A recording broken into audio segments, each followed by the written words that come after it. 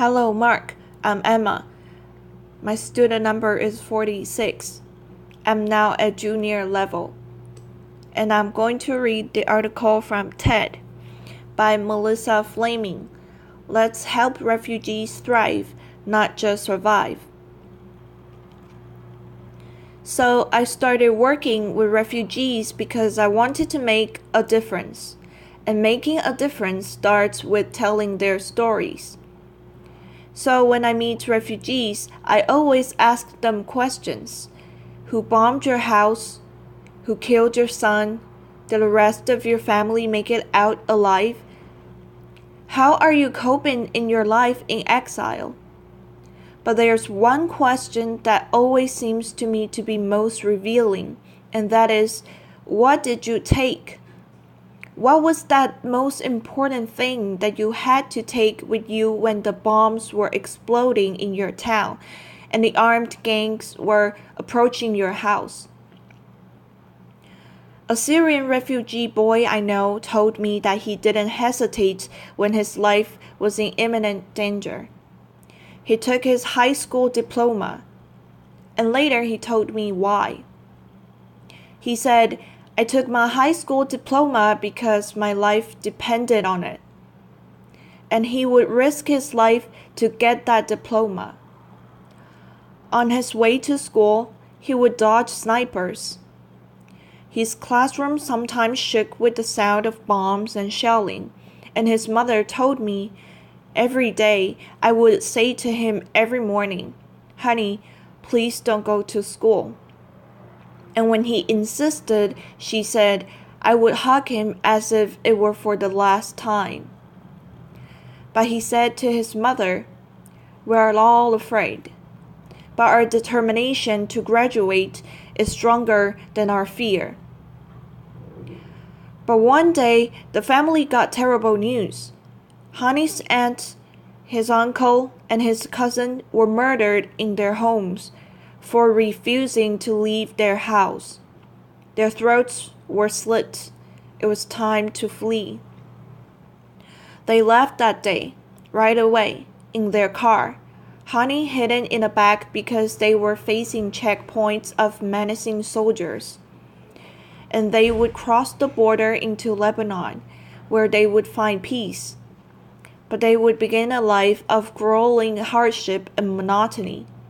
They had no choice but to build a shack on the side of a muddy field, and this is Honey's brother, Ashraf, who plays outside. And that day, they joined the biggest population of refugees in the world, in a country, Lebanon, that is tiny. It only has 4 million citizens, and there are 1 million Syrian refugees living there. There's not a town, a city, or a village that is not host to Syrian refugees. This is generosity and humanity that is remarkable. Think about it this way, proportionally. It would be as if the entire population of Germany, 18 million people, would flee to the United States in just 3 years. Half of the entire population of Syria is now uprooted, most of them inside the country. 6.5 million people have fled for their lives. Well over 3 million people have crossed the borders and have found sanctuary in the neighboring countries. And only a small proportion, as you see, have moved on to Europe. What I find most worrying is that half of all Syrian refugees are children. I took this picture of this little girl. It was just 2 hours after she had arrived after a long trek from Syria into Jordan. And most troubling of all is that only 20% of Syrian refugee children are in school in Lebanon. And yet, Syrian refugee children tell us education is the most important thing in their lives. Why? Because it allows them to think of their future rather than the nightmare of their past. It allows them to think of hope rather than hatred. I'm reminded of a recent visit I took to a Syrian refugee camp in northern Iraq, and I met this girl, and I thought, she's beautiful, and I went up to her and asked her, "Can I take your picture?" And she said yes, but she refused to smile. I think she couldn't, because I think she must realize that she represents a lost generation of Syrian refugee children, a generation isolated and frustrated. And yet, look at what they fled: utter destruction, buildings, industries, schools, roads, homes. Honey's home was also destroyed. This will need to be rebuilt by architects, by engineers, by electricians.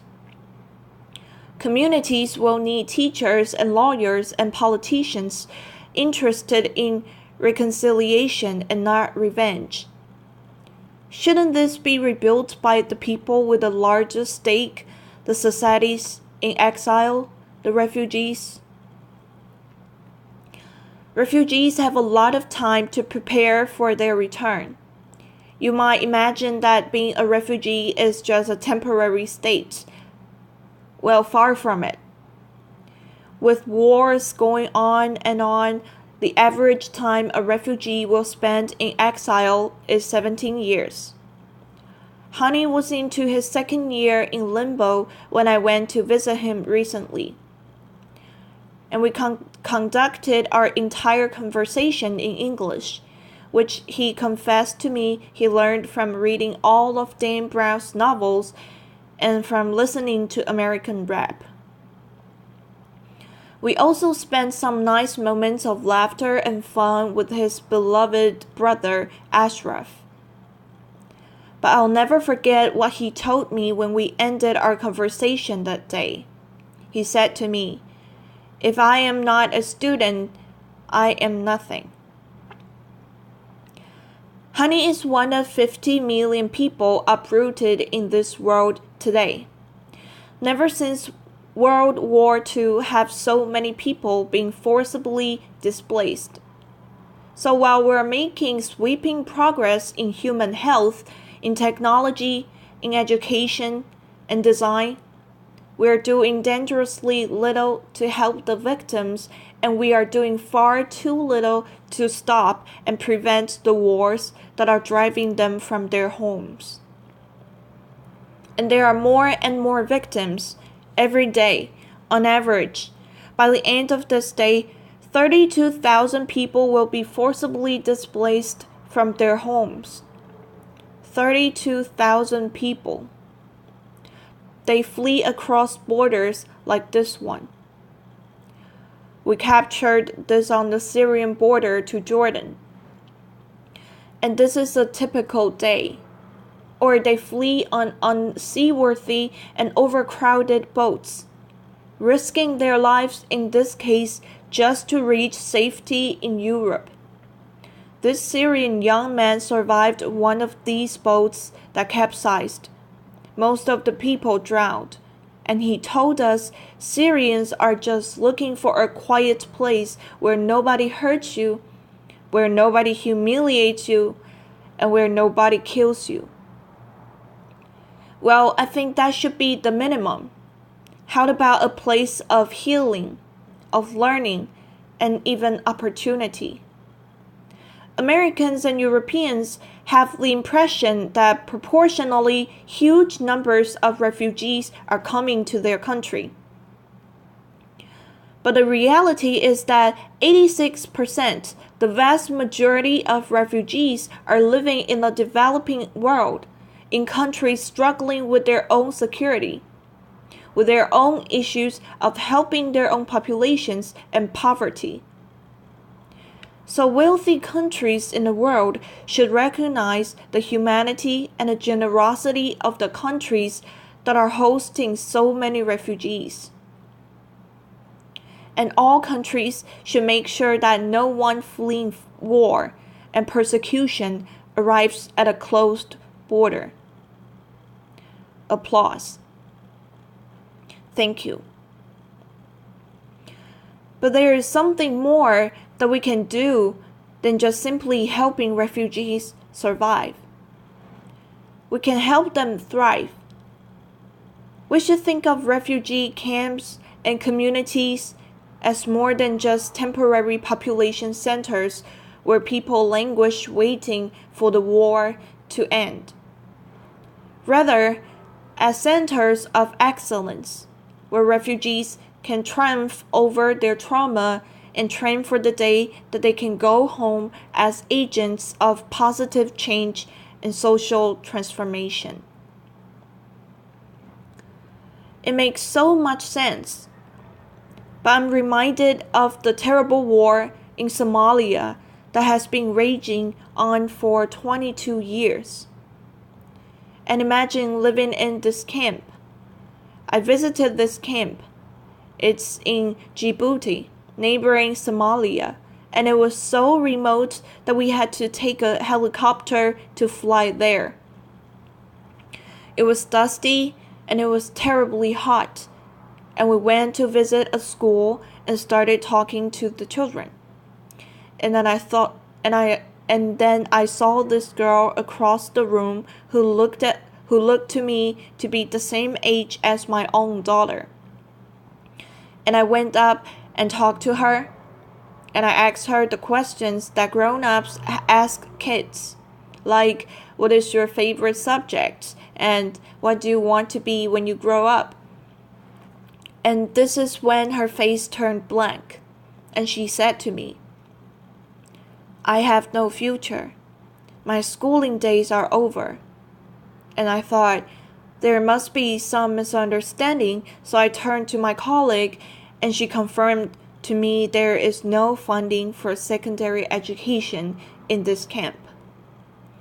And how I wished at that moment that I could say to her, we will build you a school. And I also thought, what a waste. She should be, and she is the future of Somalia. A boy named Jacob Autumn had a different chance, but not before he experienced terribly tragedy. He watched, this is in Sudan, as his village, he was only 7 years old, burned to the ground, and he learned that his mother and his father and his entire family were killed that day. Only his cousins survived, and the two of them walked for 7 months. This is boys like him, chased and pursued by wild animals and armed gangs, and they finally made it to refugee camps where they found safety, and he would spend the next 7 years in Kenya in a refugee camp. But his life changed when he got the chance to be resettled to the United States. And he found love in a foster family, and he was able to go to school. And he wanted me to share with you this proud moment when he graduated from university. Applause.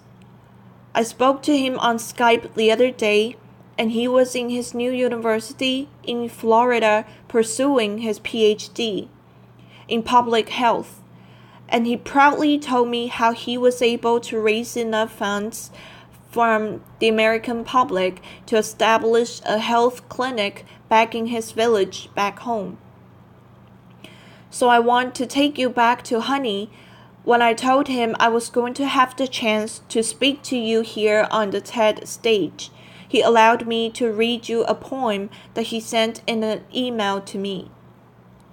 He wrote, I miss myself, my friends, times of reading novels or writing poems, birds and tea in the morning, my room, my books, myself, and everything that was making me smile. Oh, I had so many dreams that were about to be realized. So here is my point. Not investing in refugees is a huge missed opportunity. Leave them abandoned, and they risk exploitation and abuse, and leave them unskilled, and uneducated, and delay by years the return to peace and prosperity in their countries. I believe how we treat the uprooted will shape the future of our world. The victims of war can hold the keys to lasting peace, and it's the refugees who can stop the cycle of violence. Honey is at a tipping point. We would love to help him go to university and to become an engineer. But our funds are prioritized for the basics in life: tents and blankets and mattresses and kitchen sets, food rations, and a bit of medicine. University is a luxury. But leave him to languish in this muddy field, and he will become a member of a lost generation. Honey's story is a tragedy, but it doesn't have to end that way. Thank you. Applause.